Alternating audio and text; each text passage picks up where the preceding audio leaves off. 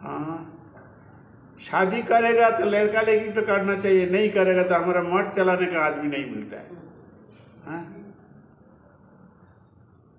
अरे एक लड़का होगा तो कैसे बोलेगा मठ में आ जाओ, 5 लड़का होगा तो एक तो मठ ले सकता है, तो 5 लड़का होता है नहीं। हम इतना जगह घूमता है, हिंदू लोग का लड़का बहुत दया करके कोई 2-3 करता है, ज़्यादा एक है। भले शादी क्यों किया, लड़का पालन करने का डर से, तो ये तुम्हारा डर तो शादी क्यों किया भाई, सन्यास बन जाता। हाँ, भक्तिविनोद ठाकुर का 8 लड़का है, 5 लड़की है। तो विमल प्रसाद तो प्रभुपाद का नाम है। उनसे जिसका उम्र ज़्यादा है, उसका बड़ा भाई एक है, उसका नाम था कमल प्रसाद। तब उनका तबीयत बहुत खराब हो गया, सर्जन में सो गया, लेकिन मरता भी नहीं और अच्छा भी होता नहीं। सबने पूछा क्या भाई तुम्हारा तो ठीक नहीं हो रहा है, तो बोलता है देखो विमल प्रसाद आएगा, वो हमारा अपराध क्षमा करेगा, तब हम मर जाऊंगा और हमारा मुक्ति हो जाएगा। बोले विमल प्रसाद आएगा, तुम्हारा अपराध क्षमा करेगा, तुम उसके पास अपराध कब किया? इस जन्म में तो ऐसा नहीं देखा हम लोग। बोले दूसरे जन्म में अपराध किया। बोले कैसा? मैं दूसरे जन्म में हम रामानुज संप्रदाय का वैष्णव थे और ये गौड़ीय वैष्णव था विमल प्रसाद सच्ची ठाकुर प्रभुपाद। तो हम उसको बड़ा खीना से उससे देखता था, कुछ ऐसा ऐसा किया, बड़ा अपराध हो गया। मारने का बाद जमराज ने बोला तुम तो भाई विराट अपराध किया, तुम क्षमा चाहो तो हम व्यवस्था काटता है, नहीं तो तुम्हारा नरकुंड में कितना जुग रहना पड़ेगा कोई पता नहीं है। तो हम हाथ जोड़ लिया, भाई क्षमा कैसे होगा ये तो बताओ। बोले उसका पास क्षमा चाहिए चाहिए, और वो क्षमा करेगा तो तुम बचेगा। तो जमराज ने कृपा करके व्यवस्था किया है, तो हम उसका बड़ा भाई होकर जन्म ग्रहण किया। अभी वो आकर हमारा क्षमा करे तो हम क्षमा करने का साथ साथ हम देह छोड़ देगा। गौर प्रणांदे। बोले तुम जो रामानंद संप्रदाय का साधु है, इस कैसे प्रमाण होगा?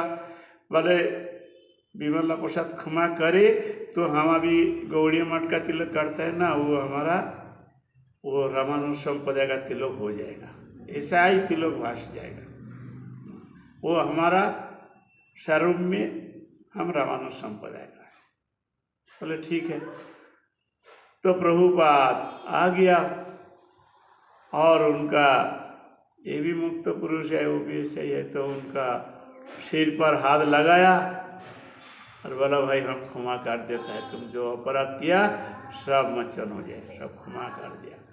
जब क्षमा कर दिया बोला, साथ साथ उसका पूरा शरीर में रामानुज संप्रदाय का जैसा तिलक है इतना तिलक हो गया।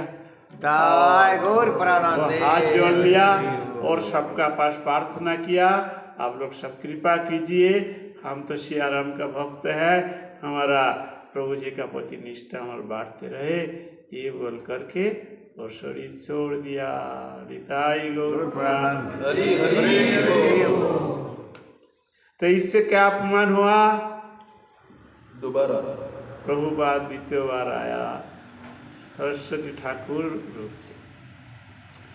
फिर प्रभुपाद ये भी बोला है, जो हमारा ये हम गौड़ीय मठ स्थापन किया, हमारा गौड़ीय मठ में गौड़ीय संप्रदाय में हरिनाम दीक्षा मंत्र लेगा और भजन करते रहे, लेकिन भजन में कुछ इधर उधर हो जाए, उधर ना हो पाए, फिर हम आएगा और जो जो हमारा गौड़ीय मठ का गौड़ीय संप्रदाय में आ जाए वो सबको फिर उद्धार करने की व्यवस्था करूँगा, सबको लेकर राधा रानी चरण में समर्पण कर दूँगा।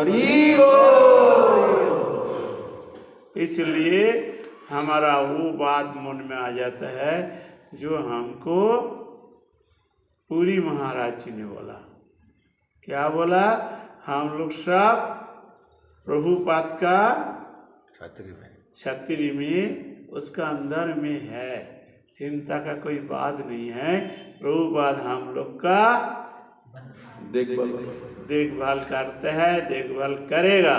और जितना दिन तक हम लोग राधा रानी का चरण तक नहीं पहुंचाएगा उतना दिन तक हम लोग का पीछे नहीं छोड़ेगा। तो ये है प्रभुपाद का एक विशेष महिमा है।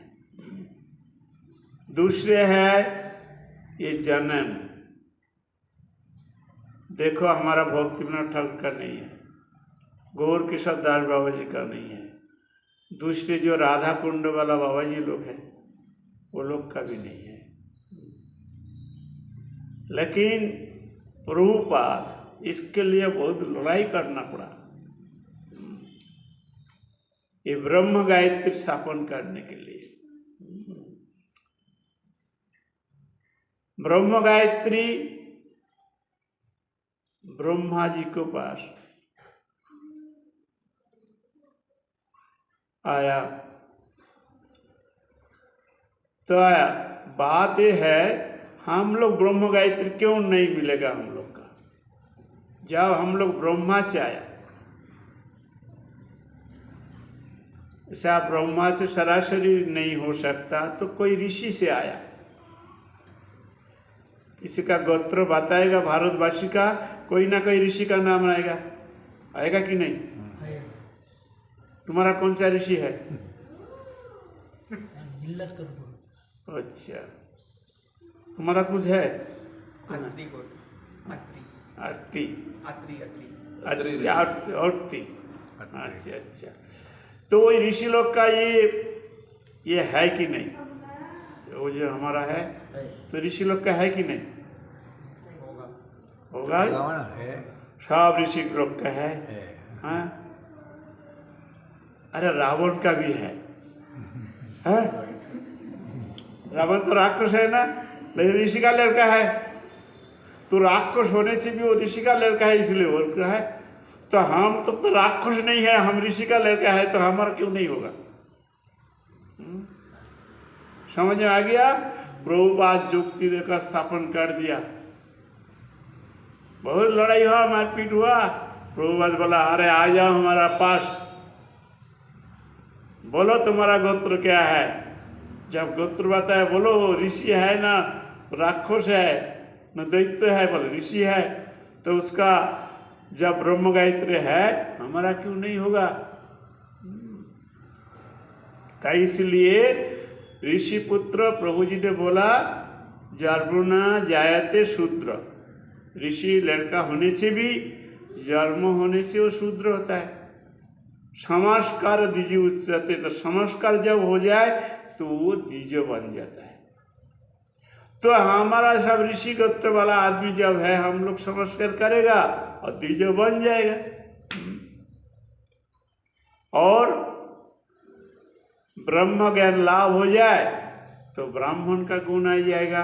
ब्राह्मण का कितना गुण है? 12 गुण है। लेकिन हम लोग वैष्णव होना चाहते हैं, तो कितना होना चाहिए हमारा गुण? 12 डबल होने से 24 होता है। उसके ऊपर और 2 चाहिए। वैष्णव होना बड़ा कठिन है, ब्राह्मण होना इतना कठिन नहीं है। तो हमारा एक कीर्तन में है, वैष्णव होइते मने ছিল বড় সাপ, तीनादि श्लोकते पड़े गलम बात। वैष्णव होने का बड़ा तो आशा था, लेकिन महाप्रभु ने शिक्षा अष्टक करा। उसमें 3 नंबर जो श्लोक है, वो श्लोक में बड़ा कठिन अवस्था है। क्या है? त्रिनादि सुने से तरीव सहिष्णु ना अमानी न मानोदेन कीर्तनीय सदा हरि। तो बोले तरोरो विषय सुनो ना, तीनों तो चुपचाप रहते हैं, ठीक है। तरोरो विषय सुना वो क्या है न, तरो का पेड़ का कोई काटता है वो कुछ नहीं बोलता है, अरे क्यों हमारा काटता है, नहीं बोलता है। लेकिन हमारा कोई बोले, धीरे बोले महाराज कैसा है, तो हम बोले अच्छा है। महाराज कैसा है, ऐसा बोलेगा तब हम क्या बोलेगा, ऐसे भाग जा, जानवर है, ऐसे ही बोल दूंगा। क्यों, हमारा वो भिक्ख का मापी स्वयं गुण नहीं है, हो सकता है सन्यासी। समझ में आ गया। हाँ, वैष्णव होना कितना कठिन है। हाँ? तो कोई हमारा उल्टो बात बोले, थोड़ा कड़ा बोले, वही सह्य नहीं कर सकते, कोई पिटाई करे तब क्या होगा, हम छोड़ेगा उसका। हरिदास ठाकुर ने पिटाई किया, हरिदास ठाकुर क्या किया, कोई बात किया, कोई बात किया नहीं। इसलिए हरिदास ठाकुर को नामाचार्य माना गया। हम लोग तो नाम करता है, आचार्य तो नहीं है। क्यों, नाम का जो आचरण वो नहीं कर सकता है, उतना ताकत नहीं है।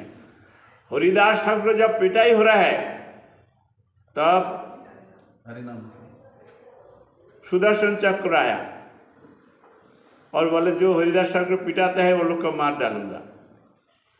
हरिदास ठाकुर तो दिव्य दृष्टि है, वो देख लिया,